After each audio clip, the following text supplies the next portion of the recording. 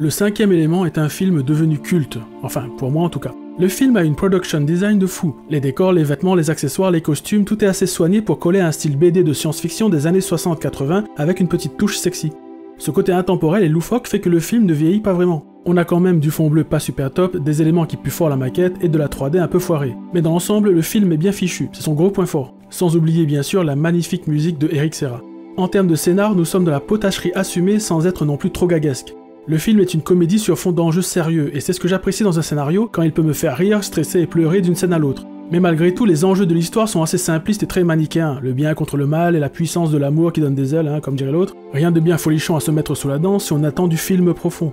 Il faut à mon sens prendre ce film pour ce qu'il est, un divertissement popcorn plutôt efficace et bien construit. On passe un super moment devant ce film si on embrasse totalement son univers Zarbi. J'ai pris plaisir à le voir au ciné à l'époque de sa sortie en salle, et j'ai toujours plaisir à le revoir. Personnellement, je trouve qu'un petit remaster de ce film, en corrigeant les effets foirés et les fonds bleus qui bavent, lui redonnerait une seconde jeunesse et surtout le rendrait immortel. Bref, je vous le conseille si vous n'avez jamais vu Bruce Willis jeune, ou si vous savez où Corbin Dallas a appris à négocier.